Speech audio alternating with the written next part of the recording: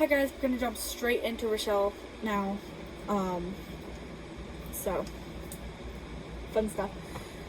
I still hadn't gotten any messages from Jacob, so I went to work the next morning not caring. When I got to the station, he'd sent a text. Look, we aren't working. We fight too much and you don't make me happy. You never really have. I'm moving out of here. I met someone who's so much nicer than you. She's sexy and funny and not controlling, and she can get pregnant and keep it. I'm sorry things are ending this way, but I'm tired of pretending I love you. I'll lock the door behind me when I leave, and I'll have everything gone before you come back. Goodbye. That is terrible. I would cry. I would call off work and be like, I can't come in. I'm literally sobbing. I read the text over and over, trying to process what he had said. I wanted to be upset, but at the same time, he was right. Sorry, my foot was itchy and, put me in a frame. Finally, I decided I wouldn't reply. I would go up there, collect my things in my car, and sell the house before moving back down here. I was kind of thankful I'd get to move closer to my parents anyways. I walked into the station and saw it was mostly empty. Where is everyone? I asked the cameraman, and he shrugs. They didn't come in. There's 3 of us here. Wow. I look around. Am I still filming the story? The cameraman nodded, then turned away and threw up. Are you okay? Do you want water or anything? He shakes his head before he starts to twitch, then he turns to me. I shove him away and grab a camera, setting out an emergency broadcast telling everyone to be safe and get to the closest evacuation center. I climbed into my car, driving over to my dad's house and running inside. Someone grabbed me and I turned to fight, but it was just him. Oh, baby, you're alright. He hugs me and I squeeze him. Where's Mom? She ran out of here. Her neck became elongated and she started spitting shit at me, he explains. It burned like hell when it made contact with me. I look around the house. It felt so lonely. The pictures of Louis and I's kids were everywhere, memories surrounding me, but those were gone. I look back at my dad. We need to get out of here. I was on my way out till you came in. Let's go. I got a couple guns and ammo I'd like to take with us. He takes me out to the garage where he digs through his old drawers of tools and other things before tucking ammo into his khaki pants. He hands me a pistol holster and I secure it on my belt. He puts one on his belt and we slip pistols into them. Let's use something metal though so we don't waste our ammo, he says, handing me a crowbar. It was heavier than I'd like and he grabbed a metal baseball bat. You can kill someone with that. I knew I could, but it wasn't exactly fitting to my hand. It wasn't the worst thing I could make do with it. We left the house, not bothering to lock the door. We walked down the road, talking about which evacuation centers were closer and safer. We decided to try to get to the center on the top of the hotel. Though that was a weird place to evacuate people from danger, especially since the hotel was about 30 floors. We were walking down the street when a guy yelled. I turned around, seeing someone yelling and running towards us, waving his arms and panting. My dad raised his gun, telling the boy to slow down, and he did. My name's Josh. I'm not infected. You own that little kitchen down the road from my place. Good to see you, kid. Josh looked over at me, and Dad was right. He was that one guy from the diner. I smiled at him. Might as well be friendly now. There wasn't a reason to be mean.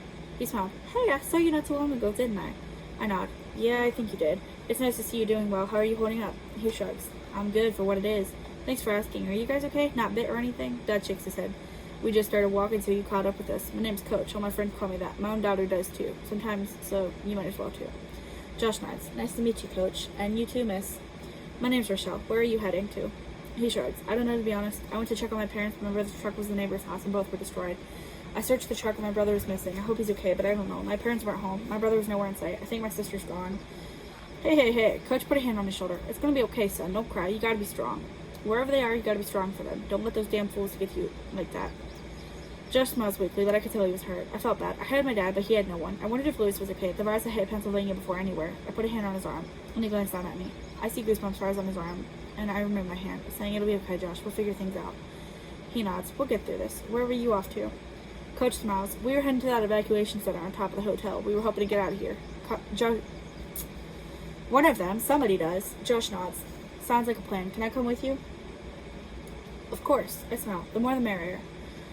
We start walking again, and Josh talks about what his life had been like before the apocalypse. We listen, knowing he probably misses his family that went missing. I hoped his brother was okay too, considering it was probably traumatizing for him to find an empty truck that he knew his brother drove.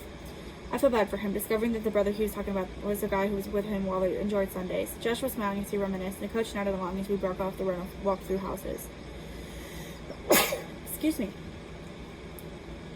He had collected backpacks, and he was loading them with leftover ammo and food supplies. Josh wouldn't help grab things.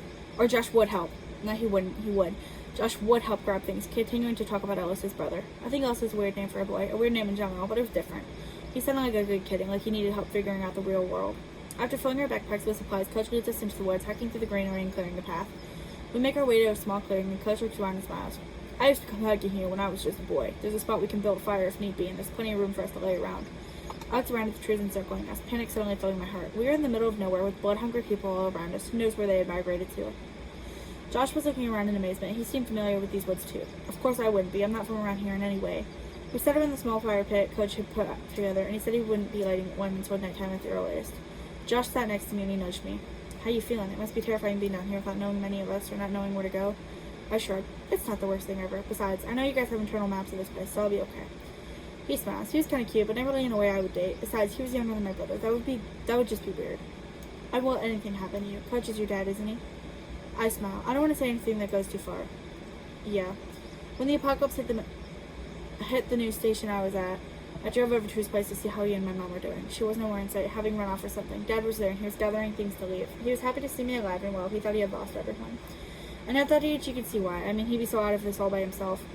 Or, he'd be out of this all by himself, with nothing to look forward to. As for my brother Louis, I can only hope he's okay. Josh nods, and we're silent for a moment. Josh, can I tell you something?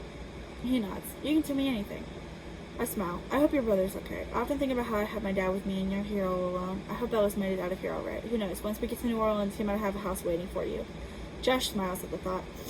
That would be nice. I hope my sister's okay too. She had little kids. They're not even a month old. My heart breaks. Josh had told us about his sister's kids, but I don't think he ever mentioned their age. If they evacuated, they probably got to New Orleans first. Women and children, you know?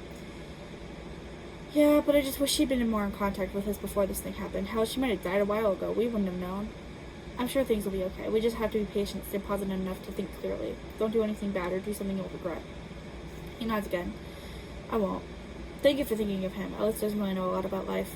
I gathered that from how you talked about him. I laugh. I wish I could say my little brother was the same, but he's smarter than me, to be honest. Josh laughs. My sister was smarter than Alice and I. I mean, she's also a girl, so that explains a lot. Well, it all depends on the person. I looked over at him, and he was staring into the fire pit sadly. I hope your brother makes it too, he finally says, looking over at me. I think we're cut out of a different material than these people. These people were all of the zombies walking around, throwing up everywhere. They weren't technically zombies, they were just in a zombie-like state. I'm not in agreement. We definitely are. Do you think we're immune or carriers? Josh looks over at me. That's too much to think about right now. Hell, maybe we're just lucky. We haven't really encountered anything to test any theories yet. He was right. I'm just an overthinker, so I was already wondering why we were the lucky people. Why we were the lucky 3 people to be alive. Of course, who knew if there were other people out there? Finally, Coach came back from wherever he had wandered off to, and he shook his head at us. Well, kids, if you're gonna fall in love, do it without me. He teases. Dad, come on, I'm too old for him. Hell, Louis is older than him. Josh chuckles. Coach does too. Oh, my bad, son. He smiles at Josh jokingly. Anyways, let's go out and look for some wood in case we need a fire. Leave the bags. Just take your guns and whatever you kill these things with. Josh scrambles to his feet, turning to help me up and then pulling out his pistol. I grabbed my crowbar, keeping my pistol tucked into its holster. Coach walked away, holding his baseball bat at arm's length and scanning the surrounding forest. The infected can't exactly go through the thick greenery that we went through to even get here. We were out collecting sticks and other things. Coach said to take back some rocks so we could keep the fire contained. I collected bricks I found. Who even threw these here? We made a few trips back to camp, rocks circling the fire pit and sticks piled up in the middle. Coach said we needed some more sticks so we could have extra in case the fire went out or if we needed other stuff to keep it alive. I also collected the proper greenery that would keep the fire going or start it if need be. We were making our way back to the camp when we heard someone yell about free stuff. Coach walked ahead, pointing his pistol ahead of him. Josh and I followed behind. I hoped everything would go well. I didn't want to see anybody die. That's it for Rochelle. This is really disappointing me. I really don't think that we're going to make it to where I'm supposed to make it to before this book ends. And it's really starting to look like it starts off on Left 4 Dead 3, which kind of is upsetting. But, thank you for watching. Next week we're going to go and see Nick. That's all for this week. I'll see you next week. Bye.